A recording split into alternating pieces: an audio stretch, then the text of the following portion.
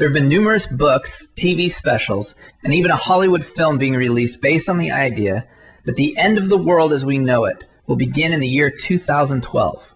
Christians will say that no one can possibly know when that day would come. What they are ignoring is their own scriptures, which speak of those who will know. They speak of the children of light, who will not only sense the end coming, but they will be setting things in place. They will usher in the coming age. But could this happen as early as the year 2012? Welcome to Frog Stew. If you want to take liberty away from Americans, you have to know how to cook a frog. You cannot cook a frog by putting on a pot of hot water and then throwing the frog in the water, because the frog's reflexes are too quick. And by the time its teeth would hit the water, he'd hop away and be free. The way to cook a frog is to put on a pot of cold water. Put the frog in the water and heat it up bit by bit. And by the time the frog realized he was being cooked, it was too late. Big Brother is watching you. Views expressed on this program do reflect the convictions of thousands of people across the globe. The most threatening factor to the stability of this country is the polarization of the two races, blacks and whites. People have left their homes, their careers, their aspirations to establish a new social order in a world tottering towards self-destruction. Like my little Dusty, Ritalin has been the answer for him. Today, we have a controlled society, a happy society. We have stability. So we're in a unique position to give you untainted commentary. We're not motivated by profit or popularity, so our views will not be in the least bit tainted by political correctness. War is peace. Freedom is liberty. Ignorance is strength. We're in the relentless pursuit of the truth. You're being fed poison for food and poison for the antidote. Join us for another serving of Frog Stew.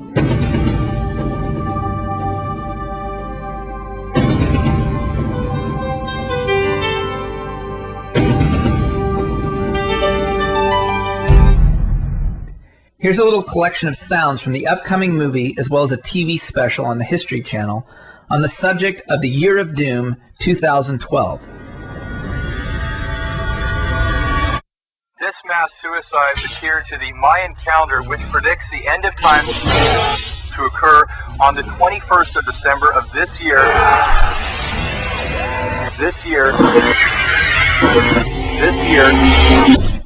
I thought we'd have more time. The Mayan priesthood prophesied that planet Earth will come to an end on 13 Baktun on their long count calendar.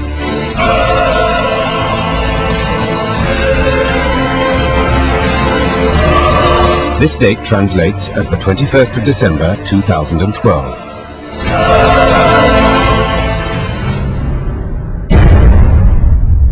Find out the truth. Search 2012. Okay, first of all, contrary to many of the doomsday dramas, the end of this age will not come as a surprise to everyone. There will be those who have no fear about this and have actually been anticipating this time.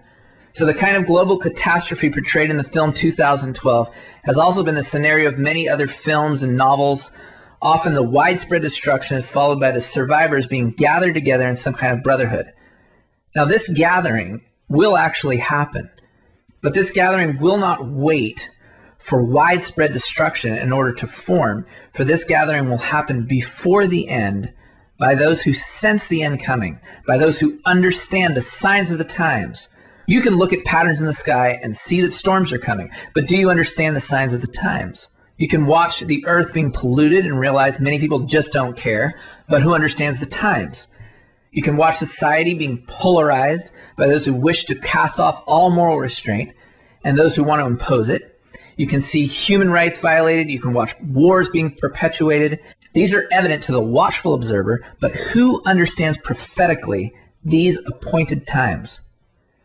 The preacher's job is to instill fear by saying the end will come like a thief in the night. What he will not quote is the rest of that passage, which says that day will not come as a thief to the children of light. They will know. The ruler of the coming age, like any other ruler, will have people who not only know what is coming, they've gone ahead. They've set things in place. So like many of these films portray, there will be survivors. Beyond these gathered ones who remain alive, they'll cross over from this age to the next. These survivors are called scions. They will hardly understand what hit them, but they will know who to connect with. They've been warned not to accept the mark of the beast, but it's important to realize the distinction between the scions and the children of light who warned them. The beast is a system. It's a one-world government empowered through so much injustice and the shedding of innocent blood that the quality of people who accept the mark externally, physically, they're already marked spiritually. They're marked in their character. They're condemned by a system they approve. So the scions survived because they hadn't allied themselves with the beast, but have fled society to await the end. The new age will be called the Sabbath age or the kingdom age. There'll be changes in nature. Dangerous animals will be harmless. The lion will graze with the lamb. There will be tribal feasts and festivals. However, this is the kingdom age, which itself is merely a prequel to the eternal age in which every planet in every galaxy will be inhabited. The universe was created to be inhabited, but it has to be qualitatively changed so that the planets can become inhabitable. Every planet was created to be inhabited, but before the exponential population growth can begin and the universe filled with life, which is destiny, man has to be tested. So the earth is a testing ground for humanity. So none of these events can happen right away, certainly not as soon as 2012, because there's far too much yet to be accomplished. Before this age can be completed, there has to be a preview of that kingdom age in this age. There must be a contrasting society raised up across the world that foreshadows or looks forward to the hope to come. And here's where it gets real specific. Christians say Jesus could come at any moment, but he said Elijah must come first. You can breeze past that part. What does it mean? Does it mean that somehow that someone will appear claiming to be Elijah? Some groups have taught that, and it's such a ridiculous notion that you simply dismiss the whole passage out of hand.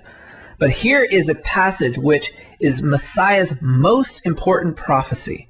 It is also the most overlooked. Scriptures are overlooked when they can't be molded to conform to the comfortable lifestyle of modern-day Christians. Well, it isn't the physical reincarnation of Elijah. If you look at the reference, it also says Elijah has come, and they did whatever they wished, just as it was written. So who was it referring to? Well, John the Baptist came in the spirit of Elijah.